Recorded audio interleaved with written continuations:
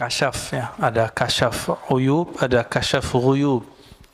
Orang yang dibukakan mata hatinya melihat alam gaib, apakah itu lebih baik daripada orang yang dibukakan mata hatinya melihat aib dirinya sendiri? Ternyata Ibnu Athaillah beliau mengatakan yang baik itu, yang afdal, yang sempurna adalah orang yang dibimbing Allah untuk membuka aibnya sendiri di hadapan Allah Subhanahu wa ta'ala. Jadi orang sakti bisa baca isi hati bukanlah orang hebat. Orang hebat adalah orang yang bisa melihat kekurangan dirinya, suruh melihat kekurangan orang lain. Kalau kita sibuk dengan kekurangan diri, sempat nggak baca aib orang lain? Nggak sempat. Maka tukang kritik, ya mikir-mikir lagi dah, ya mikir-mikir lagi mau ngeritik orang. Kritik diri kita dulu. Jangan-jangan kita nggak pantas mengkritik, kita lebih pantas mengkritik diri kita sendiri. Baik di keluarga, dalam hidup bersosial, ya hidup beragama di masjid, apalagi bernegara. Ya, sekarang di Indonesia, di mana saja, karena hidup berdemokrasi, semua orang bisa berbicara apa saja, ngomong apa saja. Tapi jangan lupa, Allah itu maha mendengar. Meskipun antum nggak ditangkap polisi nggak apa-apa, tapi nanti kan ditangkap malaikat. Ya. Kalam-kalamnya dicatat sama malaikat. Dan negeri kita termasuk negeri paling bebas untuk berbicara. Meskipun beberapa orang memframing negeri kita ini udah komunis, enggak ya. Itu jualan politik tahun-tahun lalu. Negeri kita diktator, lebih diktator Saudi lah. Ya, lebih diktator Turki, Pak. Yang antum puji-puji setiap hari presidennya, itu ada yang mengkritik langsung dihabisin oleh presiden Turki. Kelompok Gulen, tahu Gulen ya? Fatwa Gulen itu mencoba mengekspos korupsi. Menurut mereka ini temuan korupsi. Setelah 3 bulan itu temuan itu hilang dari situs mereka. Habis itu terjadi pergerakan, kita nggak tahu siapa yang berbuat. Terjadilah pemberontakan. 2.000 orang berontak, yang ditangkap lebih dari 20.000. Coba kalau orang-orang begitu ada di Indonesia, dibiarin aja Pak. Orang-orang kayak Gulen ada di Indonesia, dibiarkan. Ya. Apalagi di Saudi. Di Saudi boro-boro Pak, orang buat pengajian, ngaji hikam begini dilarang. Ngaji hikam kita dilarang Pak sekarang. Gak usah ngaji hikam, buat pengajian selain di tempat yang resmi itu dilarang. Maka bersyukur hidup di negeri kita ini. Jangan ngeluh terus tiap hari, dapat berita-berita jelek mulu. Coba baca berita baiknya. Belum lagi kita kan merasakan. Kita kan merasakan setiap hari kita bergerak bebas. Yang penting jangan menghujat simbol-simbol kenegaraan aja. Ya. Di Saudi, imam Masjidil Haram, ada yang memfatwakan boleh mendengarkan musik, langsung ditangkap, langsung dipecat Pak. Langsung dipecat dari imam Masjidil Haram. Di sini paling cuma dibuli-buli aja. Ya. Jadi meskipun negeri kita nggak bagus-bagus amat, tapi ini sudah sangat bagus ya, untuk kebebasan. Mana ada di dunia Pak orang bertarung presiden, calon presiden, sekarang jadi menterinya. Ada nggak di dunia? Baru di Indonesia ada. Di Amerika aja nggak ada. Ya, di Inggris aja nggak pernah terjadi. Ya, nggak pernah terjadi. Nah, ini anugerah buat negeri kita, orang-orang kita orangnya legowo. Ya, cuma orang-orang yang kemarin sudah kecuci otaknya itu belum bisa legowo sampai hari ini, masih punya barisan sakit hati. Saya berharap coba deh ya, dibenerin kolbunya. Jangan dengerin berita yang jelek terus ya. Dan salah satu hal yang kita syukur tapi juga nggak pantas kita bersyukur, Kita bersyukur tenang, ya, nggak ada terjadi seperti yang terjadi pada saudara kita Palestina. Tapi nggak pantas kita bersyukur di saat saudara kita sedang susah. Maka jika ada kelebihan, berbagilah untuk mereka. Ya. Namun berbaginya jangan serampangan.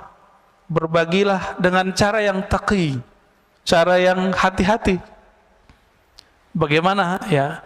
Kalau kita donasi pada kelompok yang amanah dan kompeten. Jangan asal donasi.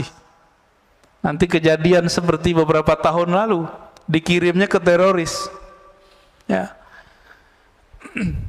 Kita tahunya di Palestina itu yang berperang Hamas sama Israel. Enggak begitu ceritanya. Ya, ceritanya banyak yang enggak diungkap. Kalau kita ceritain bisa panjang, Pak. Cuma kita sudah terframing Hamas, Zionis, gitu kan. Tapi kalau Bapak bisa melihat berita-berita berbahasa Arab, berbahasa Inggris, bahasa Perancis, itu nanti kelihatan bahwa ada kelompok Yahudi disebut bahasa Arabnya Al-Yahud Al-Usuli. Kalau bahasa kita mungkin Yahudi Ortodok, Yahudi Kolot, atau Yahudi yang syar'i versi mereka. Itu demo hampir setiap hari, Pak, kemarin. Mendemo Zionis. Jadi Yahudi ini beda dengan Israel, Zionis. Jadi Zionism bahasa Arabnya Sahyuniyah. Itu Zionis. Itu beda apa dengan Yahudi secara umum. Itu sebabnya Rasulullah tidak mempermasalahkan dirinya menikah dengan seorang perempuan anak pemimpin Yahudi. Karena Yahudi itu sendiri tidak ada masalah. Yang masalah itu kalau sudah ada alif lamnya ini. Zionis, Yahudi yang berideologi Zionis. Mereka lah penjajah di dunia. Tapi karena mereka sekarang punya media, punya kekuatan ekonomi, punya senjata-senjata yang canggih, ya mereka yang nguasain, Pak. Tapi Yahudi yang ortodok ini mirip kayak teman-teman kita Salafi, Pak, jenggotnya. Jenggotnya persis sama. Itu mereka kalau bermuamalah dengan perempuan sama seperti Salafi.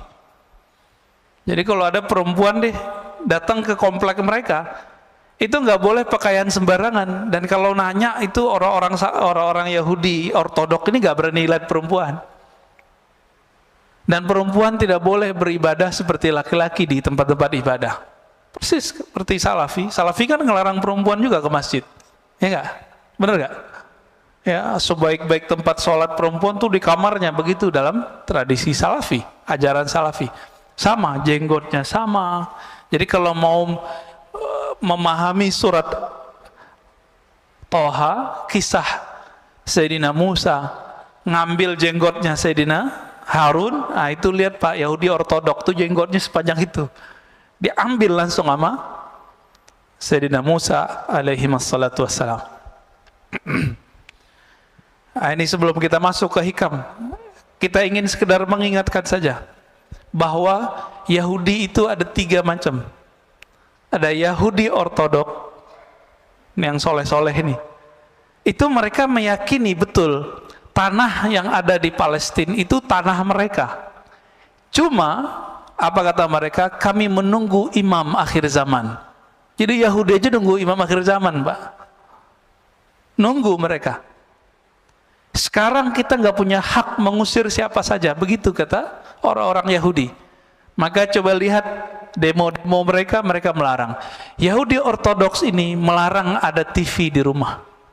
Nggak boleh ada internet kecuali orangnya mungkin sopir Grab gitu ya. Itu baru. Di sini Salafi nonton TV ya. Berarti beda juga Salafi sama Yahudi itu. Nggak boleh nonton, nggak boleh main handphone. Jadi mereka kalau mau baca berita itu atau di pojok-pojok pertigaan jalan kayak mading. Di pesantren kan ada mading tuh. Sekolah-sekolah dulu kan ada berita. Jadi orang baca berita aja di situ. Mereka sengaja berhenti di sana baca berita. Ya, boleh disebut juga Yahudi kolot, ya. Tapi marah juga mereka disebut Yahudi kolot kali ya. Bahasa Arabnya Al-Yahud Al-Usuli. Yang kedua, Yahudi Sya'bi, Yahudi kebangsaan, nasionalis, watani. Ini mereka yang mencoba untuk mencari titik temu dengan orang-orang Palestina, mau berdamai.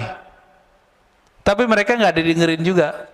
Yang sering demo tapi nggak pakai jenggot panjang, nggak pakai kopiah yang topi yang khusus itu. Mereka biasa, orang-orang nasionalis.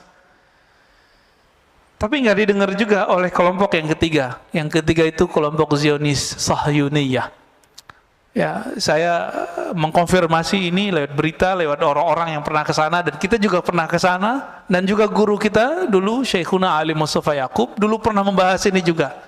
Tadinya saya tawakuf, tidak mau komentar, tapi karena kita pernah ke sana dan pernah ketemu orang-orang yang meneliti 3 bulan di sana dan orang-orang yang berjuang di sana. Saya pernah ketemu juga orang Palestina menikah dengan orang kita. Jadi dia cerita, saya baru pindah gitu dan segala macam. Maka kita dapat cerita yang berbeda dari yang apa yang diberitakan sekarang. Ya. Kejadian di Palestina kemarin, teman-teman yang melakukan Allah, jangan terlalu semangat nggak jelas. Ya. Ini persoalannya adalah Masjidil Aqsa, nggak jauh dari situ ada satu distrik kecil namanya Sheikh Jarrah. Sheikh Jarrah nama orang tapi jadi nama kampung, jalan. Ya. Di situ ada bangunan, orang-orang kawan-kawan kita, saudara-saudara kita Palestina, mereka dulu pernah keluar lalu pulang ditampung di situ. Tanah itu kemudian diklaim oleh orang-orang Zionis sudah dibeli. Nah ini masalahnya. Akhirnya mereka usir. Di saat pengusiran itu bulan Ramadan, orang-orang yang diusir ini kemudian ngumpul di Masjidil Aqsa, dicurigailah oleh Zionis, maka ditembakin. Nah ini yang kurang ajarnya Zionis itu. Ya. Mereka mulai berani menembakin umat Islam di Masjidil Aqsa seperti dulu terjadi di zaman-zaman sebelumnya. Ya. Zaman-zaman sebelumnya ada pembantaian luar biasa. Jadi Masjidil Aqsa ini suksesnya cuma di zaman Salahuddin Al-Ayyubi dan nanti zaman Imam Al-Mahdi. Jadi mau sampai kapan saja, kalau Imam Al-Mahdinya belum keluar, ini versi kita loh, bukan versi Yahudi, itu nggak akan bisa direbut Pak. Tapi insya Allah waktunya sudah dekat. Dekatnya kapan? Wallahu a'lam. Ya, kita nggak mau menakar-nakar tahun yang tidak jelas tahunnya. Kita serahkan kepada Allah Subhanahu wa Ta'ala. Maka jangan asal donasi yang pasti. Bapak yang pernah masuk ke Israel diperiksa berapa kali? Masih ingat? 7 kali ya? Saya ingat saya 7 kali. Itu mau bawa barang gimana? Gak mungkin. Maka harus pemerintah kerjasama dengan pemerintah. Jangan cuma asal donasi. Nanti ada kelompok-kelompok yang ingin memanfaatkan situasi begini, dia ngumpulin duit. Ini baik Pak, hati-hati ya. Orang udah ketemu duit, malaikat aja jadi setan ya. Orang suci jadi hilang sucinya. Udah ketemu fulus. Ya. Baik Bapak Saudara makanan Allah, saya lupa di bulan lalu terakhirnya apa ya. Tapi kita baca aja bagian yang ini setelah bagian yang kasyaf ya. Aslu kulli ma'siyatin wa ghaflatin wa syahwatin ar-ridha 'anil nafs. Sebelumnya mari kita baca surah Al-Fatihah. Semoga Allah membuka hati kita dan membantu kawan-kawan kita yang sakit, yang sedang berjuang dimanapun mereka berada. Al-Fatihah. A'udzubillahi minasy Bismillahirrahmanirrahim. Ya na'budu wa iyyaka nasta'in.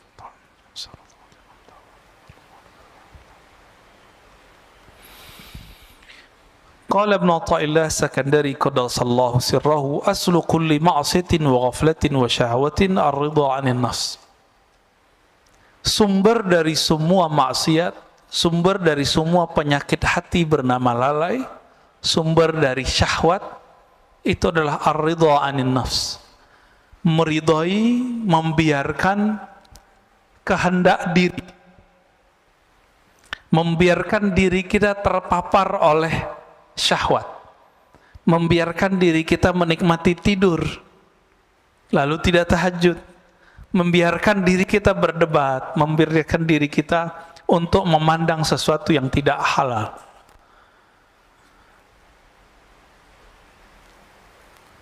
Maka man radiya an nafsihi, siapa yang ridha kepada dirinya, di saat itulah dia membuka semua inti-inti dari maksiat. Itu sebabnya Imam Syarif Sakti mengatakan 1000 setan itu nggak ada apa-apanya dengan satu nafs, jiwa. Atas dasar itulah kalau bulan puasa masih ada orang maksiat meskipun setannya sudah dibelenggu. Jadi kalau banyak orang bertanya, kan setan sudah dibelenggu. Nah, ini berarti doktrin kita salah selama ini. Maksiat itu nggak perlu ada setan. Merusak di bumi nggak perlu ada setan, Pak. Bakat alami dalam tubuh kita itu merusak. Itu bakat alami. Inilah yang dibaca oleh setan, yang dibaca oleh malaikat. Apa kata malaikat? Ya Rob, kenapa engkau menciptakan di bumi makhluk yang merusak dan membunuh? Jadi karakter jiwa kita itu sudah merusak. Dan saya sudah pernah membahas sebelumnya, jiwa ini punya karakter hewan, punya karakter buas. Hewan ternak dan buas. Dengan karakter ini sudah cukup kita bermaksiat kepada Allah Subhanahu wa ta'ala. Jadi nggak perlu setan kalau mau maksiat. Bedanya, setan itu menyesatkan. Nah, ini kata kunci. Jadi yang berbahaya dalam hidup kita bukan maksiat, bukan dosa, bukan zan. Tapi maksiat yang berisi kepada kesesatan. Pemahaman yang sesat, cara pandang yang sesat, ini yang berbahaya. Kalau dosa, semua kita dosa. Dan ini sudah digariskan oleh Allah Subhanahu wa ta'ala. Sehingga muncul hadis, kullu bani Adam khatta'un. Semua manusia itu pasti khata'. Apa arti khata'? Banyak salah, banyak dosa. Maka seorang manusia itu punya dosa itu biasa, Pak. Yang nggak biasa itu kalau dia sesat, dia menyimpang dari jalan Allah Subhanahu wa ta'ala. Makanya Nabi Muhammad sallallahu alaihi wasallam itu menerima orang-orang yang berdosa. Tapi Nabi Muhammad tidak suka dengan orang-orang yang menyimpang.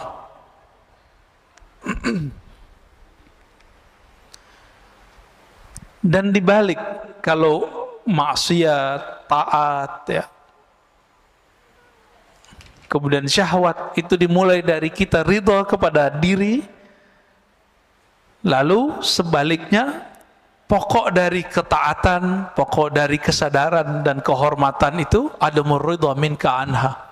Kamu tidak membiarkannya, kamu tidak meridhoinya. Kalau sepertiga malam terakhir jam 3 maunya badan tidur atau sujud, Pak? Tidur ya. Kita biarin begitu. Ini namanya asal kulli ma'asiyah. Maksiat mulainya dari situ. Kita biarin, kita manjain jiwa. Terlalu memanjakan nafs jiwa, ini awal dari semua maksiat. Ya.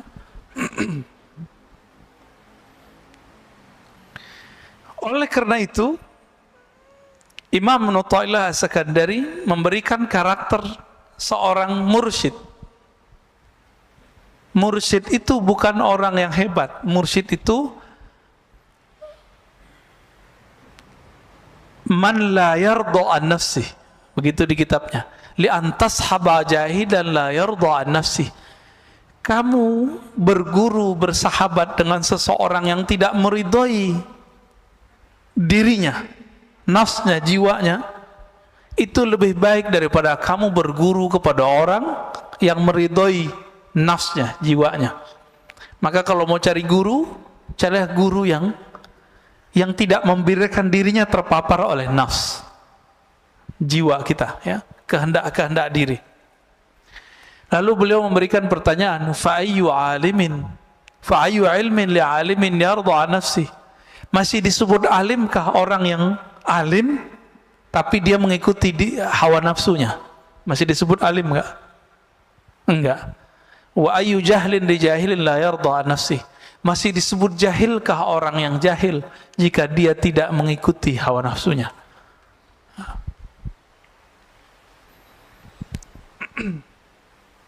Sekarang kita masuk ke, ada satu istilah di dalam qalbu namanya basirah. Basirah itu kalau yang kita pakai sekarang namanya basar.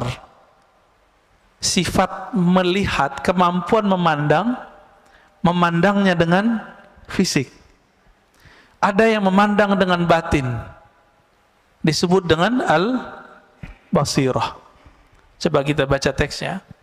Syu'aul basirat yushhiduka qurbahu minka.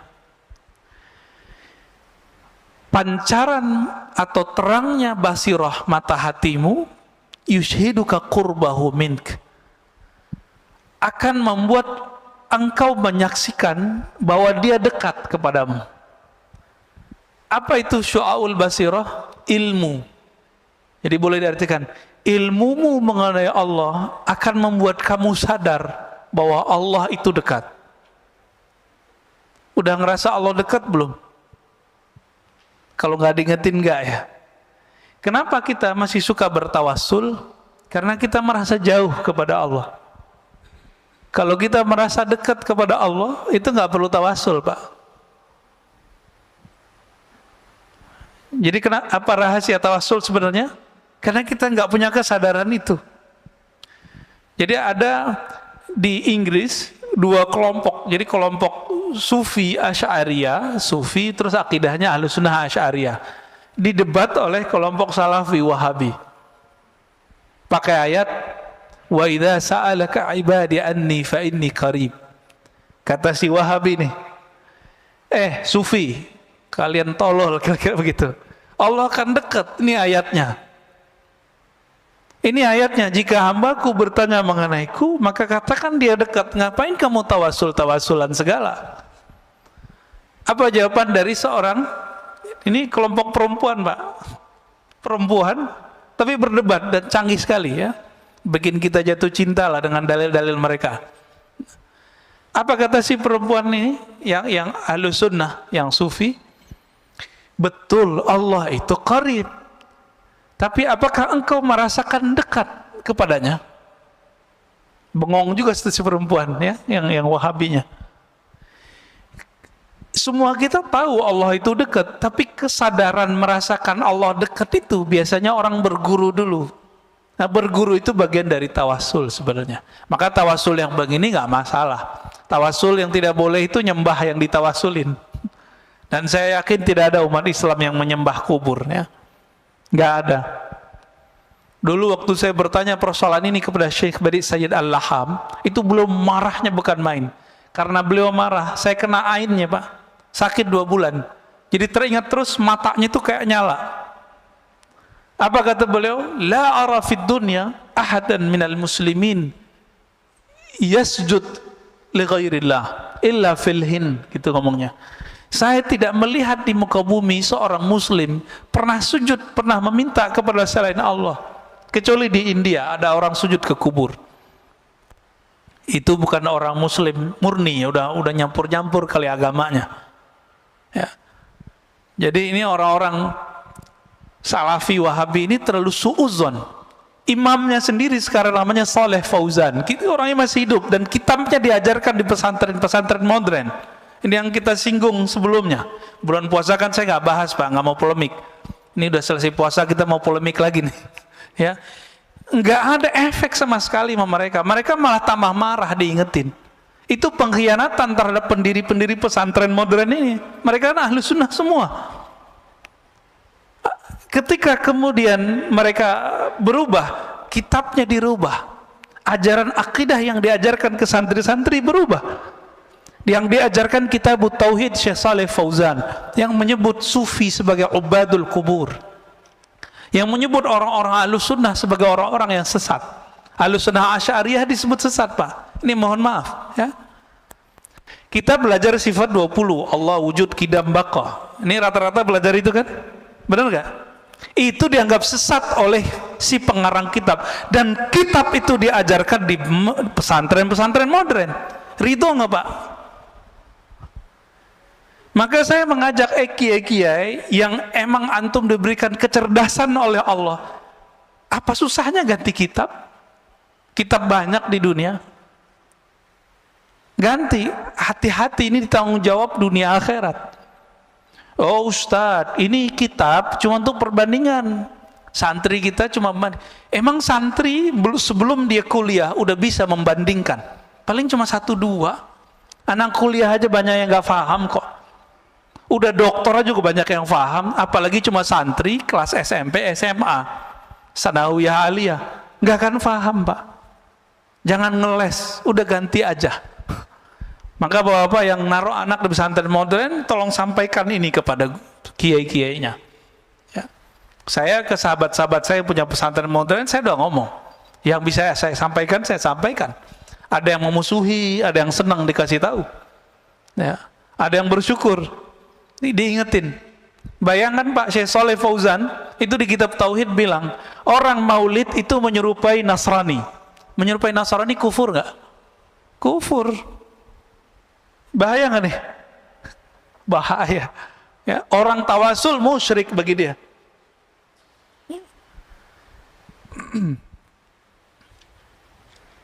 Baik. Wa ainul basirati tushhiduka adamak. Jadi ada pancaran ilmu mata hati. Jadi mata hati kalau sudah dapat ilmu, kita sadar Allah dekat. Tapi pancaran ini belum tentu membuat seseorang bisa memandang.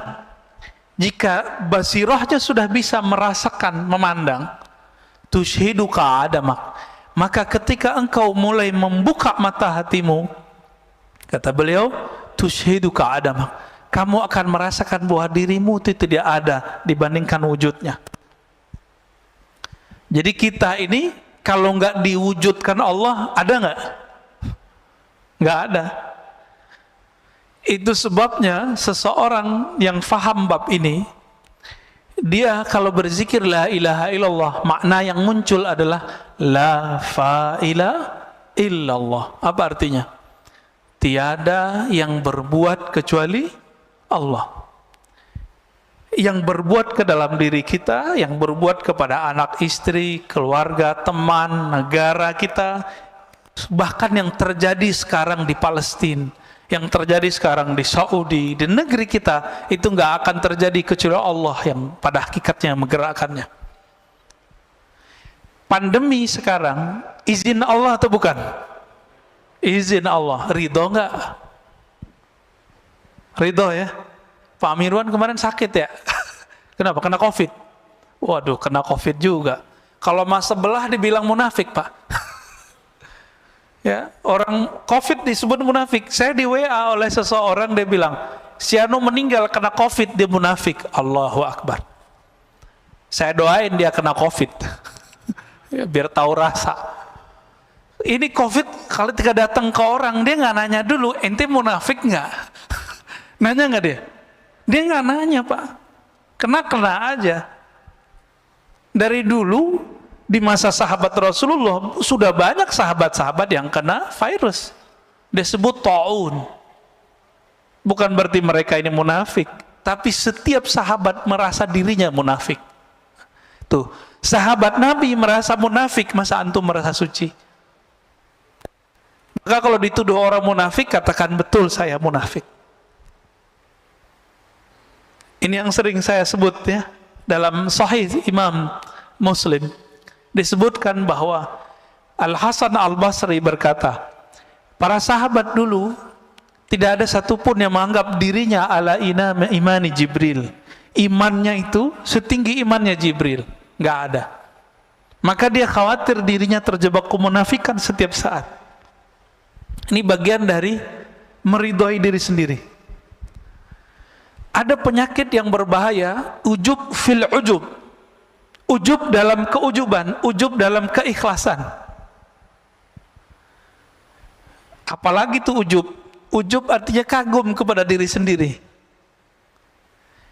Bapak mohon maaf ya, yang setiap malamnya bisa tahajud, bisa qiyamul lail kemarin, itu sedikit di kolbunya ada merasa kagum. Wah keren juga nih, gitu ya. Bisa tahajud setiap malam. Itu ujub Pak namanya. Ujub dalam ketaatan, ujub dalam keikhlasan. Itu bisa merasa ikhlas, merasa ada berjuang. Dan ini bisa menghinggapi orang-orang yang berilmu dan beramal. Baik beramal pribadi atau amal sosial. Termasuk ngurus masjid ini bisa ujub, hati-hati pengurus. Ya. Kalau terbesit di hati, kalau bukan karena saya nggak jadi, itu ujub tuh dah. Dan ini wajib diistighfarkan dan ditobatkan. Tobatnya tobat batin. Batinnya yang ditobatkan. Astaghfirullah, ya Allah aku minta ampun dari dosa ujub. Ini lebih susah bersihinnya daripada dosa maksiat. Dosa mata jelalatan itu gampang Pak, pakai subhanallah 100 kali hapus. Tapi kalau yang ini bertambah amal, dia bertambah ujub. Maka sebelum beramal, bersihkan dulu itu dengan istighfar dan tobat. Oleh karena itu, guru-guru kita mengajarkan salat tobat setiap hari. Dibidahin lagi sama teman kita. Salat tobat itu dikiaskan kepada orang yang masuk Islam salat. Itu salat tobat sebenarnya. Ya. Jadi kalau sudah terbuka mata hati, lalu bisa memandang, yang dipandang di alam semesta bukan fisiknya, yang terlihat adalah campur tangan Allah Subhanahu wa ta'ala. Negeri kita ini kalau bukan didoakan oleh para aulia, para wali-wali Allah, ini sudah chaos dari kemarin Pak. Coba bayangkan ya, pertarungan 01-02 kemarin, itu dahsyat sekali. Udah hampir bentrok ini umat. Sama-sama umat. Satu bawa nama umat, satu bawa nama umat, sama-sama umat. Udah hampir habis kita ini. Tapi karena doa-doa mereka, ini negeri masih bertahan. Alhamdulillah. Bahkan orang-orang yang bertarungnya sekarang bergabung.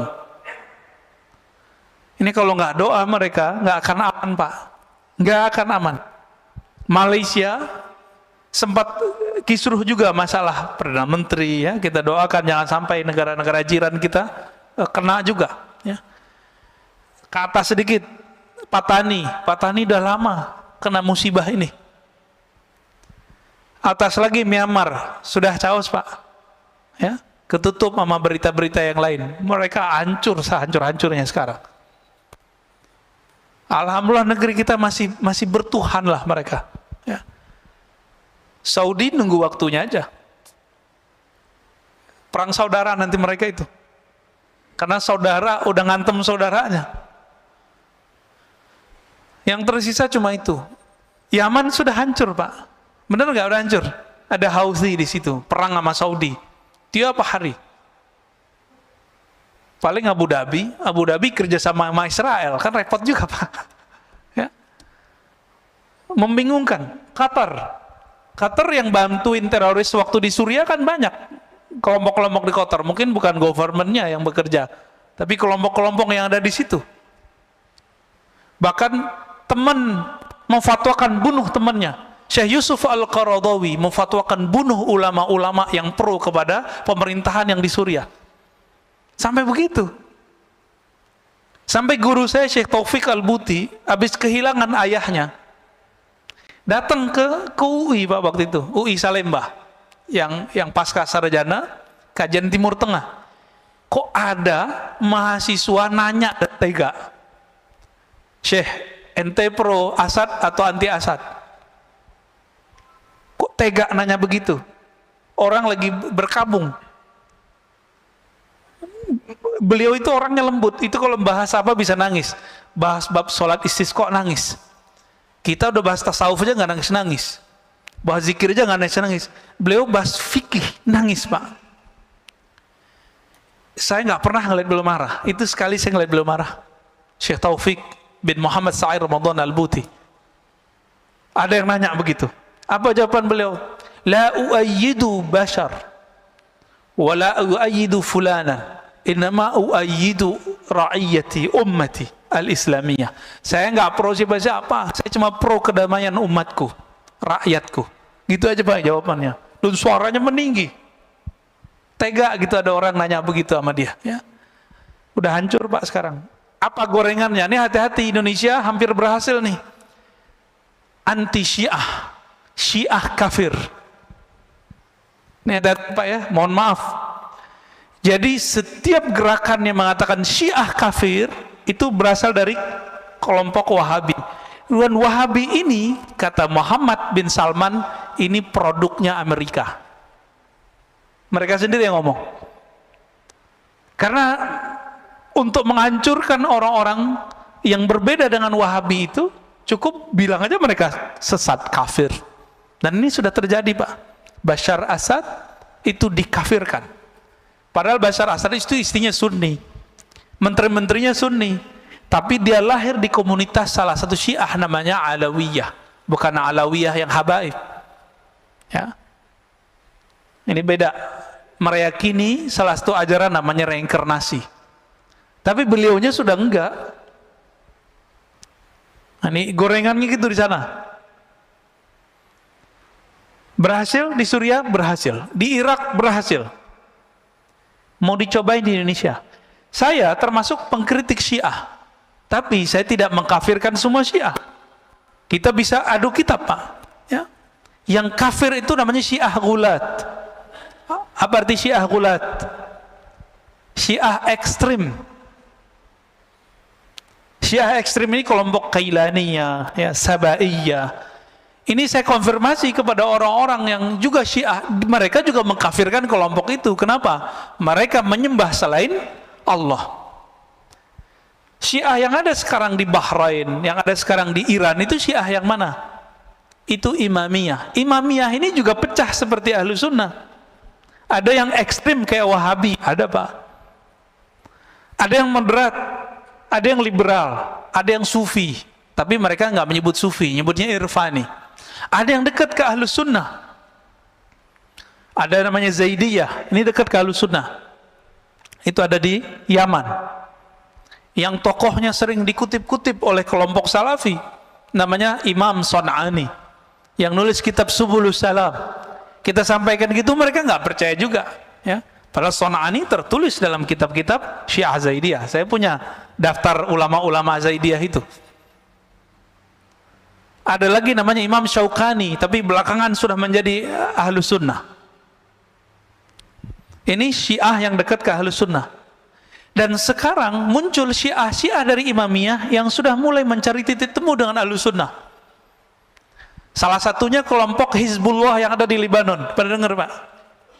Itu sudah mulai mendekat kepada Ahlus Sunnah. Artinya mereka menolak ajaran mencaci maki sahabat dan istri-istri Nabi. Lalu ada di Kuwait, siapa namanya? Yasir Audah, ya. Tapi Yasir Audah yang Syiah ini menolak. Sorbannya gede, warnanya putih. Lalu ada yang dari kalangan Al-Marja' ad-Dini namanya. Marja' ad-Dini itu di sana mujtahid. Jadi mereka itu sampai sekarang menjaga strata ulama. Di Indonesia kan nggak ada ya. Tapi sebenarnya secara praktek ada. Yang boleh mengeluarkan fatwa itu disebut Al-Marja' ad-Dini. Dokter aja nggak boleh kalau dia nggak ngikutin jalur ini. 1, 2, 3 sampai terakhir namanya Al-Marja' ad-Dini. Namanya Sayyid Kamal Al-Haidari. Dia menolak menghujat istri Nabi. Tapi mengkritisi beberapa sahabat Nabi, cuma tidak mengkafirkan dan mencaci maki. Apa kata dia? Jika Syiah itu melaknat dan mencaci maki, mengutuk, maka itu bukan Syiah yang saya anut. Ini namanya Said Kamal Al-Haidari. Maka beliau ini dikafirkan oleh kelompok Syiah ekstrim. Jadi ini nasib jadi orang moderat Pak. Nasib jadi Ahlus Sunnah moderat dikafirkan oleh kelompok-kelompok yang saklek. Ini baru ada laporan dari sahabat saya, ya. Buku saya tentang teologi Muslim Puritan yang pernah dicetak oleh teman-teman di sini, ya. Pengurus kan pernah nyetak itu, ya. tentang genealogi salafi. Orang nggak ngerti apa-apa, dia orang umum, baru hijrah. Itu baca buku saya, itu langsung bilang, oh ini buku liberal. Lo liberal dari mana? Yang nulis orang ngaji hadis kok. Kajiannya itu kan kajian berdasarkan ilmu hadis juga dan ilmu akidah. Jadi bagi dia yang nggak sama dia disebut liberal. Yang paling lucu sahabat saya, Ustadz Salman Al-Farisi yang punya pesantren. Antum pernah ke sana ya? Ya ada saya lihat videonya di sana tuh. Yang buat pesantren madrasah hadis Al-Fajr ya. Ruhama Al-Fajr. Pesantren agraria, dahsyat itu. Pesantren trainer. Ustadz Salman, saya tanya kemarin, Ustadz, antum dituduh Syiah ya? Karena ngisi di Rasul. Oh bukan itu sebabnya. Saya, kata beliau, dulu diminta oleh satu komunitas mengisi kajian mengenai sahabat Nabi. Karena yang ada itu anak-anak muda, yang paling cocok sama anak muda siapa? Cucunya Nabi siapa? Hasan dan Hussein. Orang-orang Wahabi paling benci sama orang yang membahas Hasan dan Hussein. Dianggap Syiah. Nah itulah mulai ceritanya. Kita tahu persis ya Ustadz Salman ini ahlus sunnah. Bukan 100% Pak, 1000%. Beliau khatam kutubus sittah, kitab hadis Bukhari, Muslim, Abu Daud, Tirmizi itu lebih sering daripada saya waktu dia di Mekah. Mana salafi sekarang yang khataman Sahih Bukhari, Muslim berulang kali? Nggak ada. Dia yang khatam tuh, Ustaz Salman tuh. Nah, maka kita mikir-mikir dulu mau membidah-bidahkan orang. Kita baca hadis sudah sebanyak orang itu belum? Ya, baik. Wa haqqul basirati syurka wujudahu la adamaka wa la wujudak. Kalau kita punya ilmu tentang Allah, kita merasa Allah dekat. Kalau mata batin dibuka oleh Allah, kita merasa bahwa Allah lah yang berbuat di alam semesta. Jika haqqul basirah disebut haqqul yakin. Yang pertama ilmu yakin, yang kedua ainul yakin, yang ketiga disebut haqqul yakin.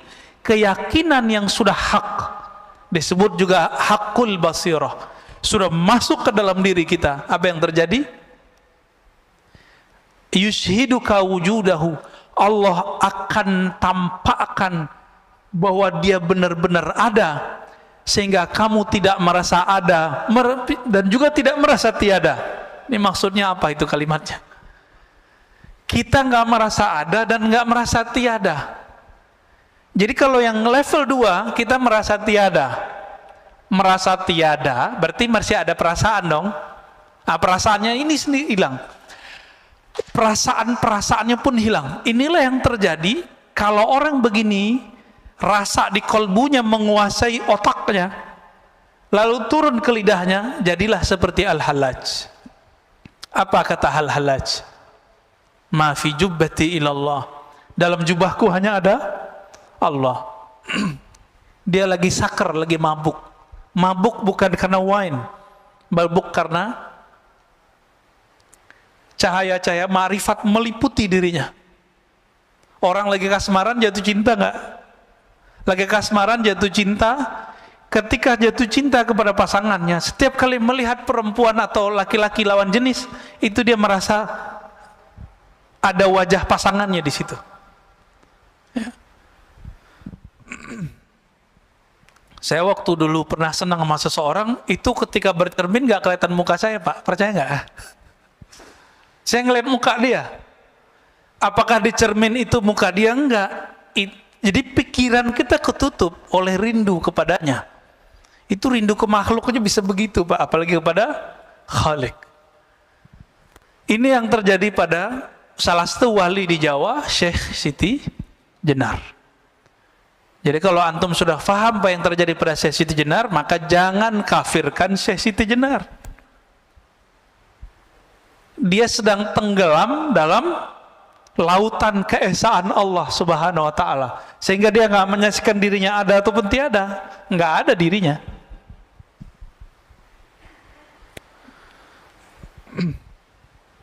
Ini juga yang terjadi pada Imam Abu Yazid. Abu Yazid ini lagi zikir subhanallah, subhanallah, berubah Pak. Dia nggak memandang lagi yang berbicara ataupun yang dibicarakan. Di saat itu Allah meminjam lidahnya. Subhani, subhani, maha suci aku. Itu bukan Abu Yazid yang maha suci, tapi Allah meminjam lisan Abu Yazid. Namun ada ulama yang ketat, dia menghindari itu terjadi pada dirinya. Itu lebih sempurna, yaitu Al-Qutbur Rabbani Sultanul Aulia Sayyidi Syekh Abdul Qadir Al-Jilani. Itu dia nolak kejadian-kejadian begitu. Jadi dia bisa filter dirinya. Makanya kesempurnaan kewalian beliau lebih tinggi dari semua wali-wali yang ada di dunia selain sahabat-sahabat Rasulullah, ya. Disebutlah beliau Sultanul Aulia, rajanya para wali. Rajanya para wali. Dan itu dikabarkan bahkan beliau masih belum lahir. Udah lahir, masih remaja, dikabarkan oleh gurunya Yusuf Al-Ahmadani, ya. Itu dikabarkan, ya. Kana Allah wala syai'a ma'ah. Allah itu ada, wala syai'a ma'ah, tidak ada sesuatu pun bersamanya. Wa huwal an ala ma alaikan. Dia sekarang, dia dulu sama. Dia dulu sendiri atau bersama? Dia dulu di atas aras atau enggak ada aras? Enggak ada aras. Maka dia dulu dan sekarang sama. Oleh karena itu perdebatan mengenai Allah bertempat di aras, Allah di arah tinggi, arah atas, itu enggak ada manfaatnya sebenarnya. Sebenarnya loh, ya. Cuma karena orang awam sudah terjebak mengatakan Allah di atas, maka muncullah pembahasan, benarkah Allah bertempat? Kalau faham nih, ini hadis, ini kan hadis Sahih Bukhari, kan Allah wala syai'a ma'ah. Ini pertanyaan disampaikan oleh Abu Musa Al-Asy'ari dan teman-temannya orang-orang Yaman. Abu Musa Al-Asy'ari, sahabat Rasulullah dari Yaman, yang Nabi mengatakan al-iman Yaman, Yamaniyah, al-hikmah Yamaniyah. Iman itu dari Yaman, hikmah dari Yaman. Maka Islam Indonesia berutang kepada orang Yaman. Karena yang banyak mengislamkan kita adalah Hadarin, orang-orang Hadramaut dari Yaman. Ya, ya, jazahumullah khairan katsira. Semoga Allah membalasi mereka dengan kebaikan. Di Jakarta ada yang tidak mau terkenal di masa hidupnya, sezaman dengan jidnya Habib Jindan, jidnya yang paling atas itu, Habib Jindan. Jindan yang senior Pak, itu punya teman namanya Al-Habib Ali Al-Yamani. Orang taunya cuma Syekh Ali Al-Yamani, nggak mau terkenal. Dekat dengan Habib Hussein luar Batang. Saya sampai sekarang belum pernah Pak ziarah ke luar Batang itu, ya. Itu ada Syekh Ali Al-Yamani datang dari Yaman ke sini bawa Thariqat Qadiriyah dan Thariqat Alawiyah. Ya, nggak dikenal orang, tapi Habib Jindan dikenal sama beliau. Itu kalau nggak habaib bisa dicek Pak ceritanya. Siapa nama syekhnya? Syekh Ali Al-Yamani. Nanti cari ya. Namanya Syekh Ali Al-Yamani, yang suka ziarah-ziarah ke sana. Syekh Ali Al-Yamani Penjaringan. Ini kelompok habaib juga. Ya, keturunan dari Yaman juga. Dulu orang Yaman, Abu Musa Al-Asy'ari dan keluarga klannya datang kepada Nabi ngaji. Apa pertanyaannya? Kaifa kana Rabbuna? Wahai Rasulullah, Allah dulu gimana sih? Gitu. Sebelum alam ini tercipta, Allah dulu gimana? Apa jawaban Nabi? Kana Allah, dipakai hadis ini. Kana Allah wala syai'a ma'ah. Allah ada dulu di masa yang qadim.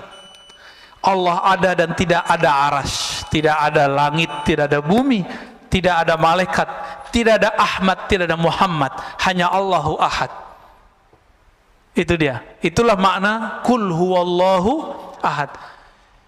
Rahasia kul huwallah di situ, Al-Ikhlas. Allah senang disebut sendiri. Allah senang disebut esa. Kita kalau punya jasa kan nggak pengen disebut jasa orang lain bersama jasa kita. Yang boleh begitu cuma Allah, yang boleh narsis itu cuma Allah. Jadi yang maha narsis itu cuma Allah, yang maha ego cuma Allah. Kita nggak boleh ego, kita nggak boleh narsis. Kalau Allah dulu dan Allah sekarang sama, perlu nggak debat Allah bertempat? Sebenarnya nih, nggak perlu ya. Perlu nggak mengatakan Allah di langit? Lalu bagaimana dengan hadis seorang budak perempuan yang mengatakan Allah di langit? Imam Ibnu Hajar mengatakan perempuan ini kecerdasannya tidak sempurna. Saya ngomong begini Pak dituduh Syiah. Cuma karena mengatakan fakta itu. Yang ngomong bukan saya kok, yang ngomong Imam Ibnu Hajar. Apakah Ibnu Hajar seorang Syiah? Kan enggak, Imam Ahlus Sunnah. Kalau Ibnu Hajar itu Syiah, maka semua kita Syiah. Ibnu Hajar ini yang mensyarah, yang menjelaskan Sahih Bukhari dan paling bagus. Kalau penjelas Sahih Bukhari ini dituduh Syiah, kira-kira kita gimana Pak? Oh, kita lebih sesat dari beliau lah. Ya. Dan orang-orang yang berzikir dengan zikir-zikir setan, wujudku wujud Allah, zatku zat Allah, sifatku sifat Allah, ini orang kurang ajar kepada Allah. Ya. Yang benar wujudku tidak ada, yang ada cuma wujud Allah pada hakikatnya. Ini orang berzikir, zikirnya apa? Wujudku wujud Allah. Kasus ini dulu terjadi di Aceh, kampung Pak Mirwan ini. Terjadi kasus kelompok namanya kelompok Wujudiyah. Dulu imamnya namanya Hamzah Al-Fansuri. Itu dari keturunan juga sebenarnya, thariqatnya Qadiriyah. Beliau ini punya murid pengikut namanya Syamsuddin As-Sumatrani. Mereka itu emang pengamal zikir dan sampai mengalami ekstase dan mengatakan wujud kami tidak ada, yang hanya ada wujud Allah. Lalu di masa Syekh Nuruddin Ar-Raniri, itu campuran, dia ibunya Melayu, ayahnya India, Randir atau Ranir, keturunan Arab juga. Beliau ini dari Gujarat datang ke Aceh dan nulis dalam berbahasa Arab Melayu, bahasa Jawi, bahasa Aceh. Nulis tentang sultan, tentang akidah. Saya membaca salah satu kitabnya, Kashful Ma'lum. Masya Allah, luar biasa. Beliau mengkritisi apa yang terjadi pada zaman Hamzah Fansuri. Karena menurut beliau, orang ngomong wujudku wujud Allah, ini dia belum nyampe kepada masa ekstase seperti Al-Hallaj dan yang lain-lain, Abu Yazid. Maka mengatakan itu haram. Jadi Bapak saudara Allah, kapan seseorang boleh mengatakan wujudku tidak ada, yang ada wujud Allah? Dia kalau sudah sampai di hakul yakin. Tapi kalau kayak kita ini, kita kan baru sampai di hakul ilmu yakin, teori bertuhan. Ilmunya dalil, mana dalilnya? Orang seperti ini haram mengatakan tiada ada wujud kecuali wujud Allah. Sisa ajaran ini dipakai oleh Kartosuwiryo. Dia ajarkan ke santri-santrinya waktu berjuang. Santri-santrinya yang sekarang zikirnya begitu, padahal makomnya belum nyampe. Sekarang kan masih ada tuh NII, DII. Mereka punya khalifah sendiri Pak, punya amir sendiri, punya menteri sendiri. Sekarang cuma sebatas tradisi, struktur masyarakat. Saya dengar salah satu murid yang ngomong, la ilaha illallah tu la wujuda illallah, la mawjuda illallah, tiada yang wujud kecuali Allah. Ini kan gawat. Itu nggak boleh dilafazkan kecuali sudah nyampe. Ya. Jadi kalau sudah merasakan bahwa kita ini ada karena diadakan Allah, berarti baru ilmu yang pertama. Belum boleh ngomong wujud saya wujud Allah. Kalau yang kedua, yang berbuat hanya Allah. Yang ketiga, tiada wujud dan tiada juga ketiadaan itu kecuali hanya Allah Subhanahu wa ta'ala. Semoga pusing. Udah syuruk Pak, kali mau ada yang ditanya, mau diskusikan, silakan. Ini ada permintaan doa dari sahabat kita, Pak Asmar ya, dekat sini ya, Pak Asmar Haris. Anaknya di Aceh sekarang, sedang opname, sedang sakit. Saya mohon Bapak Ibu keikhlasannya untuk mendoakan kiriman Fatihah. Ya, Al-Fatihah ila ruhi waladih wa jismih awliya perdikta. Al-Fatihah. Bismillahirrahmanirrahim.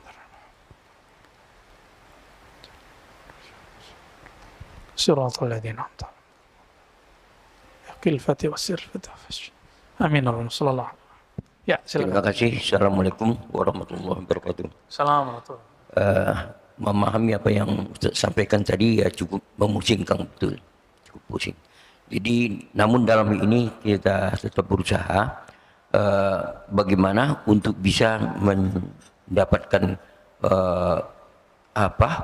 pemahaman yang lebih jelas untuk lebih mendekatkan diri kita kepada Allah. So tadi dikatakan ada ilmu, kemudian ada diamal, kemudian yang paling tinggi itu ada hakul yakin. Ini adalah yang melihatnya basirah. Jadi bagaimana kita untuk bisa mewujudkan basirah ini dalam diri? Apakah basirah itu bisa diwujudkan di dalam diri kita untuk bisa meningkatkan pendekatan kita kepada Allah Subhanahu wa taala? Bagaimana? Kira itu sebentar. Terima kasih. Assalamualaikum warahmatullahi wabarakatuh. Assalamualaikum warahmatullahi wabarakatuh.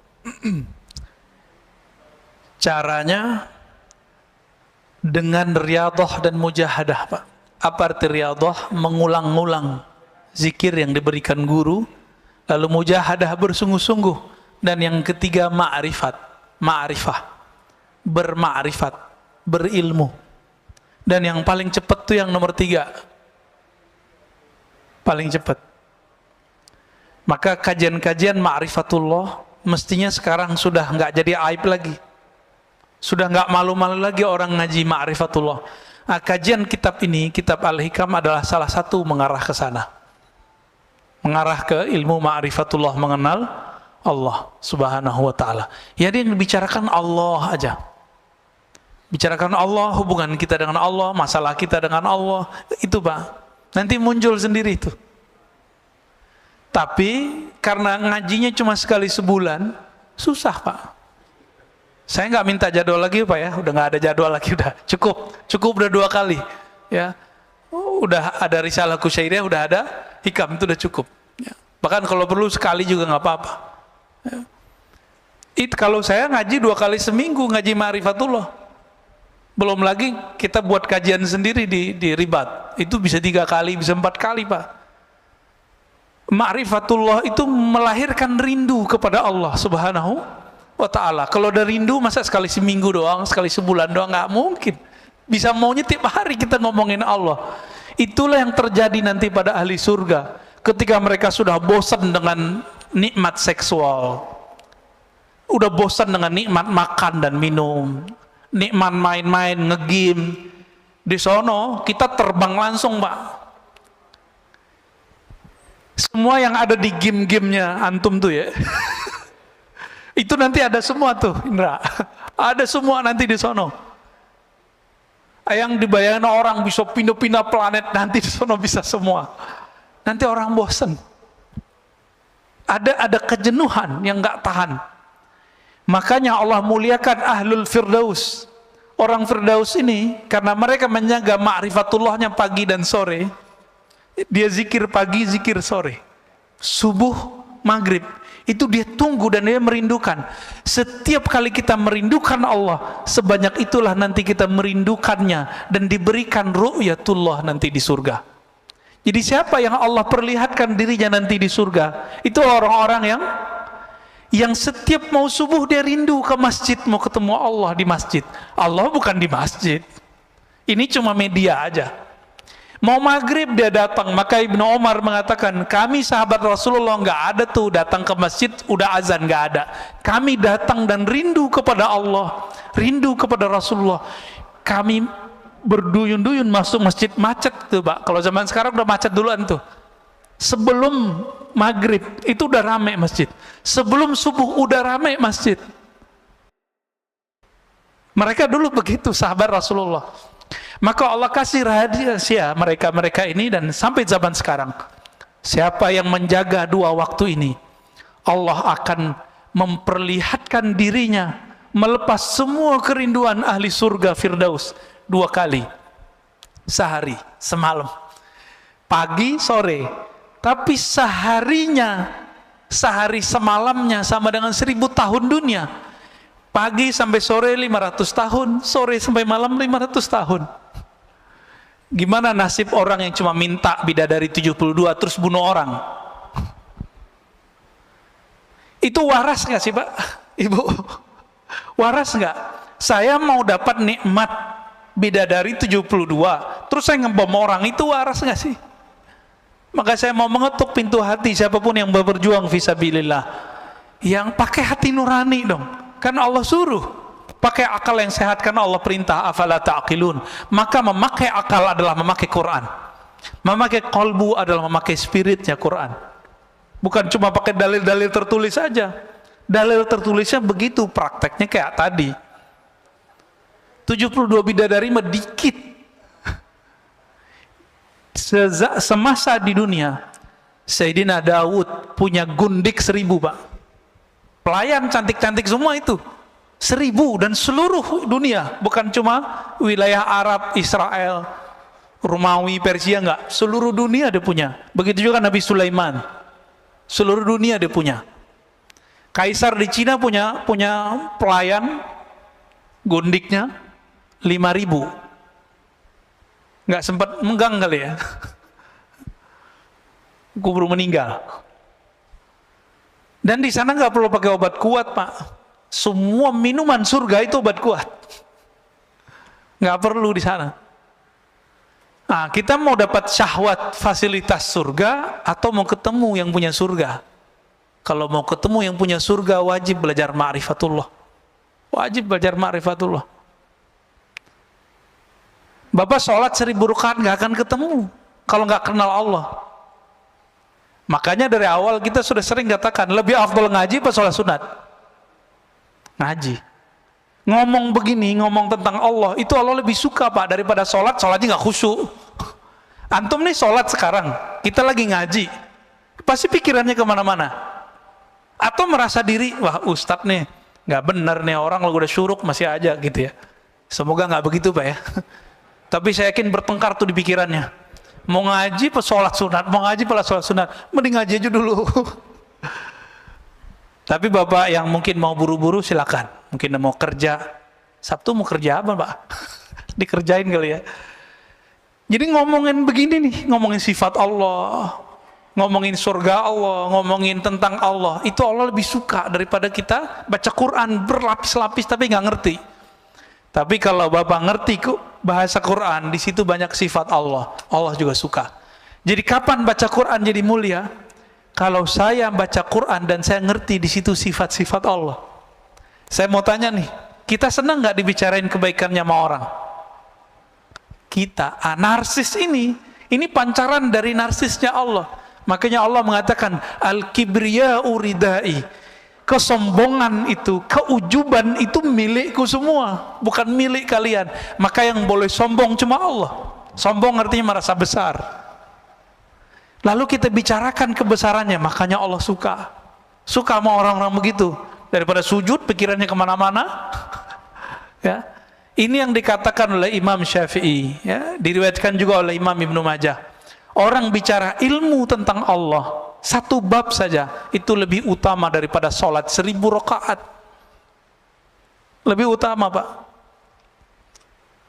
Tapi jangan karena ngaji terus ninggalin sholat, gak bener juga ya. Kita udah bersama Allah gak perlu sholat. Kan ada yang ngomong begitu, ngapain sholat, Allah udah dalam diri. Ini sombong lagi nih orang ya.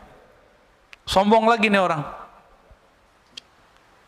Jadi caranya yang ketiga tuh paling Pak, di umur kita sekarang yang paling cepat ma'rifat, berma'rifat. Karena kalau ngikutin Syabdul Qadir kuat nggak Pak? Nggak tidur 20 tahun. Nggak tidur malam hari, siang aja tidurnya koilula. Kuat nggak? Ini aja udah ubanan Pak ya. Nggak mungkin kita nggak kuat ngikutin Abu Hurairah tiap malam 12.000. Kita nggak kuat kayak Zainal Abidin setiap hari 1000 rakaat. Makanya namanya Zainal Abidin, namanya Ali bin Husain bin Ali. Gelarnya Zainal Abidin. Ini ada Habib Zainal Abidin ya. Ya. Habib Ali juga kali namanya. Itu nggak kuat Pak kita. Ada yang sholawat di sini 1000, itu udah gempor ya. Paling-paling cuma sholawat habis sholat. Kayaknya udah soleh banget gitu ya. Paling-paling zikir pagi sore. Enggak, mereka kekasih Allah, kasih Rasulullah, sholawatnya bahkan setiap nafasnya. Beda sama kita. Kita nggak kuat ngikutin itu Pak. Abu Yazid Al-Bustami, di zaman yang dulu masjid itu susah, salah satu amalannya adalah sholat di masjid, jalan kaki. Ini Masya Allah, masjid kita ini dekat nggak ke komplek? Pakai mobil Pak, belagu. Ya, sombong amat itu. Tapi nggak sombong lah ya, barangkali mobil tenang juga dibawa ke masjid. Modus, ngeles ya. Abu Yazid amalannya apa Pak? 1000 masjid di zamannya dia kunjungi jalan kaki. Ingat-ingat di masa kecil dulu, Bapak punya masjid di kampung, itu cuma satu kecamatan, satu masjid. Saya masih ingat masa kecil saya begitu. Bapak saya cerita tuh, masjid kita cuma sholat di masjid ini. Satu kecamatan Pak sholat di situ. Jalan kaki. Bayangkan ini 1000 masjid. Abu Yazid Al-Bustami. Beliau jadi wali, hampir gagal jadi wali karena ngeludah dari masjid. Ngeludah di masjid Pak. Gak berani Abu Yazid itu selonjoran kakinya. Ini lagi Jumatan, kakinya selonjoran. Ya. Nggak punya adab. Ya. Tapi kalau ada orang kiri kanan kita begitu, kita nggak punya hak marah Pak. Gurunya yang boleh marah. Ya, kecuali kita mau nasihatin. Lagi pengajian, ini banyak Pak yang pengajian-pengajian sama saya, yang alirannya beda sama kita. Itu kalau nanya kakinya dinaikin satu, terus satunya, oh Ustaz, nah gitu gaya nanyanya gitu. Ngetes, awalnya ngetes, habis ngetes baru bersila baik-baik. Ya. Karena yang dia tes ternyata singa, dicabik-cabik ya. Dia ngetes dalil, kita habisin dalilnya. Itu terjadi. Diingetin, disindir dalam khutbah, oh malah tambah selonjor kakinya. Ya. Tapi orang begitu nggak usah dikata-katain Pak. Kenapa? Dia lagi berperang dalam dirinya. Ya, dia lagi berkecamuk itu. Mana yang benar, merasa diri paling benar, itu lebih repot lagi. Maka kita beruntung nih, alhamdulillah dari tadi nggak ada yang selonjoran ya. Kalau mau kayak gitu Pak, kayak emas itu tuh. Kakinya naikin terus kita begitu. Nah itu sunnah, coba praktekin rezeki. Bisa nggak? Bukan. Gitu tuh. Kayak gitu Pak. Jadi kalau pegel Jumatan kayak gitu Pak. Jangan selonjoran, nggak sopan. Lagi pengajian kita pegel nih, kesemutan, duduk begitu. Itu duduknya hampir 80% sahabat begitu duduknya. Jadi karena mereka lama ketemu Nabi. Cuma di negeri kita punya tradisi lain karena orang keraton. Ini agak berat. Kita duduk begitu dia nggak sopan. Tapi di masjid insya Allah aman lah ya. Ya silakan kalau mau duduk begitu. Taib. Udah 6:10. Mau lanjut? Cukup. Saya rasa cukup. Bapak saudara Allah, semoga kita dibimbing oleh Allah, diangkat derajatnya dari ilmu yakin kepada ainul yakin dan naik kepada hakul yakin, hakul basirah, yaitu bermakrifat mengenal Allah Subhanahu wa taala. Amin ya rabbal alamin. Allahumma nas'aluka ridhak. Ya Allah, dengan berkah salawat kepada nabimu dan Al-Qur'an yang Engkau turunkan kepada nabimu, faftah qulubana, maka bukakan mata hati kami.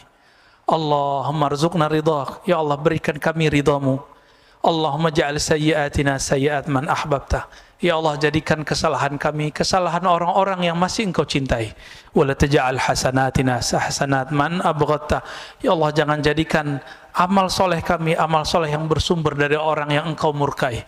Allahumma rabbana atina fid dunya hasanah wa fil akhirati hasanah wa qina adzabannar. Ya Allah, berikan kami kebahagiaan memandangmu di dunia dan di akhirat, memandangmu di dunia dengan mata batin, memandangmu di akhirat dengan mata zahir dan batin. Amin ya rabbal alamin. Wa sallallahu ala nabiyina Muhammad walhamdulillahi rabbil alamin. Assalamualaikum warahmatullahi wabarakatuh.